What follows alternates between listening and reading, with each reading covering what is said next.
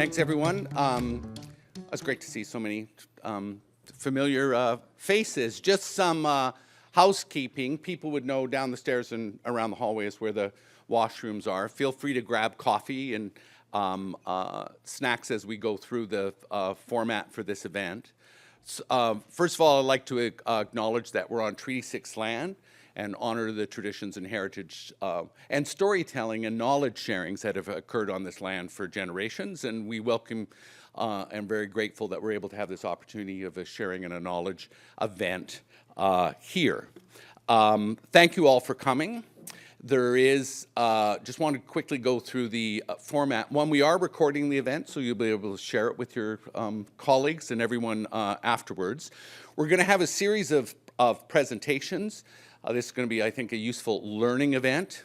We'll be starting with a quick overview of, and isn't it marvelous that we have the word integration now kind of being embedded into the landscape across Canada and particularly in Alberta. And the first thing is I know the Alberta quality matrix, which you're very familiar with, has now been adjusted to a quality framework for Alberta, which includes integration. And so we've Jessie Gish from HQA is going to give a presentation on that as some guideposts for Alberta. And then we're really pleased to have Jodiem Goltar, who is, and you can see she's involved in about 4 or 5 international and national things and leading them around integration. And she is the co-lead for the Integrated Care Excellence Network and is vice chair for the International Foundation for Integrated Care, and I think co-leads the North American chapter of that. And she'll be able to share some of those learnings of the community that's developed around integration and plans moving forward. And then we're very pleased to have Ray Messam from Nous Consulting, but Ray spent a lot of time in Australia in the public service. Senior person in system performance and analytics, and as well as leading a significantly large primary care network there. So he was a producer of indicators for integration and a receiver of the orders from government at the same time. So he's going to be able to provide some lessons from Australia.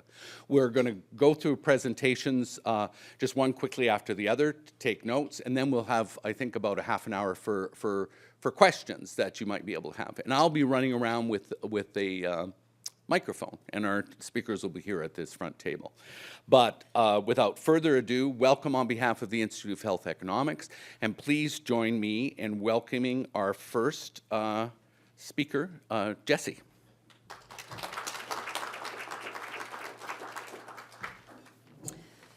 First off, I just want to thank John for convening us all together this morning. Wasn't it nice to have some conversation and create some connections, which is really well suited when you're talking about integration.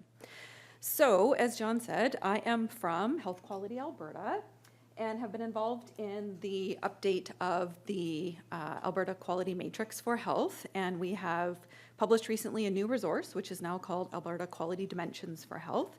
And I just want to introduce this in brief today to set the stage for the commentary to follow from Jodiem and Ray.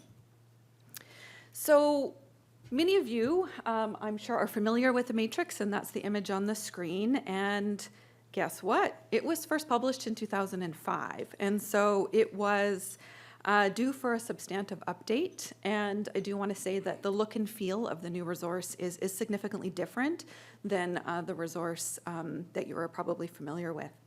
It was our most widely used and popular resource, and so we wanted to make sure that our new resource was really reflecting current thinking about quality.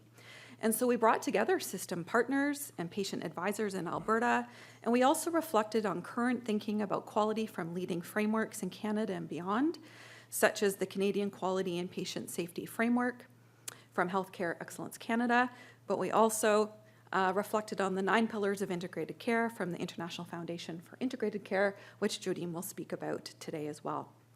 As you all know, we're at a critical time in health system planning and delivery, and a shared language around quality will help ensure we are all aligned in our efforts, and we're hoping this new resource will help us all in the challenges and opportunities and possibilities in front of us today.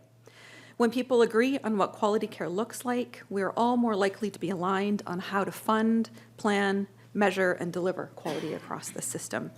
So you can find this new resource on our website, and there's also a QR code on the presentation if you're so inclined and savvy in that way. Now, one of the things that I want to mention, and yes, the graphic is moving, trying to make sure you're all awake at this early hour. We wanted to make sure that one of the things that we observed when we were scanning current thinking about quality is all of the definitions and writing and reflection was coalescing around this goal for health systems, which is to achieve an integrated people-centered health system for the benefit of people and communities. And so our definitions of quality are infused with that lens in mind.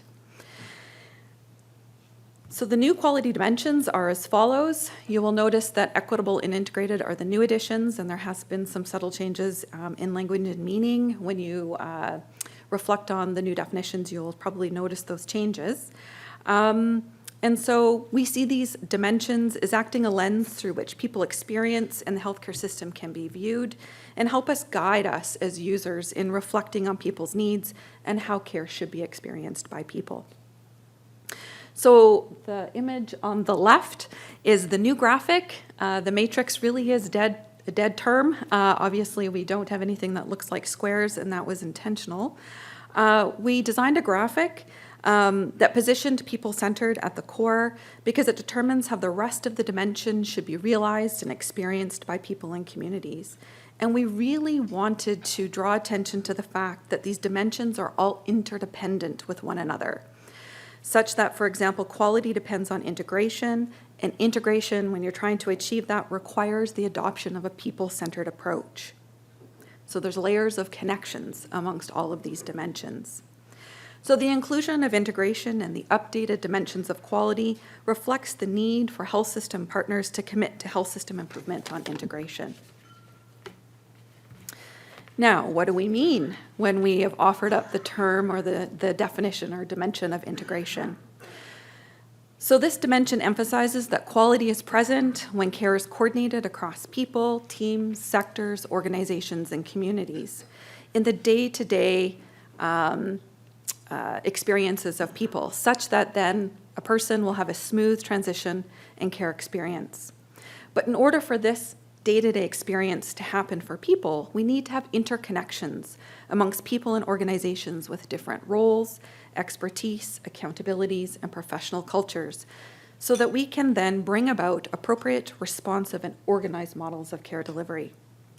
To do this, system partners must engage in the purposeful identification of policy, administrative, informational, and funding gaps, so that then we can be responsive in addressing them in ways, again, that matter to people and communities.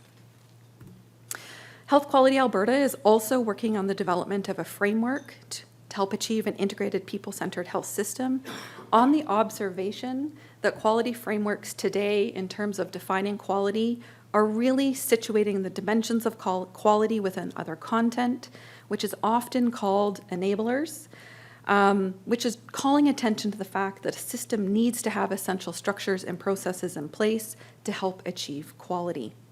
The enablers we see as the levers for change, and the shared commitments.